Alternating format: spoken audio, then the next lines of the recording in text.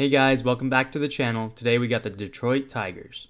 It's the beginning of a new era for the Tigers in 2024 as they bid farewell to the future Hall of Famer Miguel Cabrera. The Tigers offense starts with 2020 first overall pick Spencer Torkelson. Last year the first baseman broke out as he smashed 31 home runs, 34 doubles, and drove in 94. Across the diamond at short, the Tigers will look for a bounce-back season from Javi Baez. He's coming off a disappointing 2023 campaign that saw him hit just 9 home runs and have an OPS of .593. The 31-year-old is in the third year of his 6-year, $140 million deal. In the outfield, they'll rely on Riley Green. Last year, he was near the top of the Tigers lineup most nights, hitting .288 with 11 home runs across 99 games. On the bump, the Tigers will look to get an entire season from ace Tariq Skubal. In 15 starts last season, the lefty posted a 7-3 record with a 2.80 ERA. Behind Skubal is newly signed Jack Flaherty. Last season, the right-hander split time with the Cardinals and Orioles, starting 27 games, and posted an 8-9 record with a 4.99 ERA. Their second addition in the rotation was veteran Kenta Maeda, who joins the Tigers after a 3-year stint with the Minnesota Twins. Last season, he posted a 6-8 record over 20 starts. In the bullpen, they reunited with lefty Andrew Chafin after spending last season with the Brewers and Diamondbacks. In the ninth, Alex Lang will get the bulk of the save opportunities after a 26-save campaign in 2023. Now, let's take a deeper look at the 2024 Detroit Tigers. All right, guys, let's jump into it. Obviously, this Tigers team is still pretty young, but, kind of wish they would have done more in the offseason. They did spend on Javi Baez a couple of years ago. That hasn't really worked out. Blake, what do you got? Yeah, it's I like some of these young players. Like Riley Green is a really exciting player to watch. Parker Meadows has had a pretty good season so far. He did last year. He's had a good spring. Um you got some vets sprinkled in there like Mark Canna, but yeah, the Baez one sticks out to me. A massive contract coming over from the Cubs to kind of be the kickstart to that rebuild, and it just hasn't worked out. Yeah, Um, he did make a little pit stop with the Mets before. or the Mets, yeah, Um, sorry. Yeah. yeah, In that trade. And then they went to the Tigers. Thanks for saving me there. Forgot about that. It's such a brief yeah, stint. They got a good leadership though. AJ Hinch is a great manager. I feel like we've been waiting for 2-3 years for this Tigers team to take the next step, and they haven't done that. So we'll see. There's a lot of youth on this lineup for sure. yeah. Obviously, Miguel Cabrera is now retiring, Yeah. or is retired, I should say, and it's Spencer Torkelson's turn. Yep. Last year he had a pretty good year. If we go back to it, it wasn't anything. He hit 31 homers. It was a 233 average. Obviously, you'd like to see the average and the OBP go up a little bit, but 684 plate appearances, 30 tanks, in a big ballpark. Yep. It's promising. He was a 1-1, so this is a guy that they're highly relying on to turn around this franchise. Hmm. I really think that Matt Chapman would have been a really good fit for this team. Yep. Obviously, they went the cheaper route. They got Gio Urshela for I think it was like $2 million. Let's see what it was. There's Gio something. Urshela, 1.5 million, which is a steal. Yeah. Yeah, he's coming off of a pelvic fracture, which is he was extending at first base and he fractured his pelvis and was out for the year, which is I've never heard of that before. But Yeah. um, with that said, the guy plays really good defense and is always a pretty good complementary piece on winning teams. So I don't hate the move there. I just think that a Matt Chapman would have been a longer term fit for this team. Um, Obviously, Urshela's on a 1-year deal, Yeah. and Chapman ultimately got um, it was a 1-year deal, they said, but it was a 3-year deal. I don't know. It was kind of Yeah, weird it's verbiage how they it's put it out. yeah. But I just think that Chapman would have been good with his team. But moving away from that, there's some things they can do here. Um, in the future. Obviously, you're looking at their pitching, which they've built up, Yep. and they have Tariq Skubal at the top. Last year, he was good through 15 starts, and then um, went down with that injury. Jack Flaherty's coming in, Kenta Maeda's coming in. So they're looking to two vets to kind of hone down this rotation. Matt Manning's still there. He only had 15 starts last year. So this is the biggest thing for me is the game started. There's only one guy that started over 25 starts last year. Yeah. So if they're trying to take that next step, obviously they're going to need guys to throw um, over 25 starts. They're projecting Skubal and Flaherty to both get it, and then Maeda, Manning, and Olson all to be around there. So, do you think that this team is a team that can win the AL Central this year? Well, it's such a wide open division. Like we talked about the Royals a couple weeks ago, and we were both like, yeah, like we can see this team competing. And then I look at this Tigers team and I'm like, there's some good pieces on this team too. If they're pitching and stay healthy in a weaker division, there's no reason why they couldn't be up there. Yeah, Obviously you miss the veteran leadership of a guy like Miggy Cabrera, but you got to hope that Baez steps up. Like Baez has got to have a better season. Like he's got so much swing and miss, but at the same time he's still a good defender, and he's he's when he's on, he's electric. When he's swinging at slider after slider after slider, it's like, oh boy. But yeah, the pitching's got to stay healthy, man. I was watching some highlights of Scooble in spring. He's throwing upper 90s. Like it's pretty gross from the left side. So it'll be interesting to see how that rotation plays out. yeah. Baez only had 9 home runs last year. Yeah. He's got to bounce It's back. he's definitely got to bounce back, and you know, I really like Riley Green. Yeah. That guy's electric. Yeah. Um, Mark Canha is interesting. Bring him over. Yeah. Um, he did it with the A's, obviously, for all those years, then bounced to the Mets and the Brewers. Um, yeah, catcher, they have Jake Rogers there. They also signed Carson Kelly to, I think it was a minor league deal. Hmm. After being non-tendered, he might bounce back. That might be a good piece there. Yeah. I just think that this team's going to be, they're not really built around speed. No. So unlike like the Royals are they're gonna have to play small ball and do those things right. Yeah. Same thing with the Guardians when we did theirs.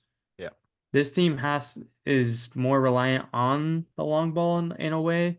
But they only got one guy projected for 30 and they only got one guy projected for 20. Hmm. So, yeah, I just think they dropped the ball as far as adding to this lineup this offseason because they could have taken a huge step forward, but they haven't really spent in a while. If we go to No. their payroll, they have Javi Baez locked up until 28. Mhm. It's going to be tough to get out from that. Yeah. And he's 23 AAV. Yeah. I mean, it's tough. Jack Flaherty off the books after this year. Kenta Maeda is a 2-year deal. 12 AAV. Should eat some innings for them. Yep. Mark Canha is coming off the books next year. I'm not familiar with Cole Keith. No, I'm Um, not really familiar either. Looks like they gave him a 6-year deal. I must have missed that during the offseason. Mhm. Tigers fans, please comment below and tell us about Colt Keith because I have no idea. I'm not familiar with him. So if you guys are, please tell us. Chafin came back. Carson Kelly off the books after this year. So like, there's not much here as far as on in the payroll, 110 luxury tax, 122. They got money to spend. So Mhm. maybe it's next year. Maybe it's next year. I know they came out and said the whole TV money stuff. They are a Bally team. Yep. So There's a lot of teams affected by that. yeah, so they say, right? Yeah, They're so they say, all the right? owners are still billionaires. So Right. Yeah, that's true. um that was the excuse of the offseason, but are you surprised that they weren't in as much as you'd think they would have been this offseason? Do you like could you have seen like a Cody Bellinger type going there? Like if they gave him enough money? Like I don't know if they would have been in that market, but I'm not Yeah. sure. Like He is only 28. It would fit their youth movement, right. And obviously like mold they have going. I think a JD Martinez type would be a little on the older side for this team right now. Like I he Back would to still JD Martinez. He was there before. He no spent time no there, so right, yeah, I know. and he came up like what, third base, and they moved him in the outfield a little bit. No, no, no. What? He didn't That play. was with Houston. Oh, Houston. Houston, he played third base. That's right. Yeah. And then he got traded to Yeah. Detroit. Yeah. He would have been he would be a nice fit, but I think he's a little too old for this team. But yeah, they Bellinger would fit in really nice, but obviously they're high on that Parker Meadows kid in center. Yeah. I mean, you got Torkelson at first and Meadows in center. Probably doesn't really fit. Yeah. Um, they could have used some infield help in my opinion. Yeah. I just like I would have really liked a Matt Chapman. I don't want to go there again, Like but even like a Tim Anderson on a 1 year deal or something like that. Like he could have played some second or short. So I don't know. It's yeah. it, it It's a weirdly constructed team. I mean, it's really built around, we have some first round draft picks in here in Green and Torkelson and let them build it up and then we'll complement it later. yeah, So, it is a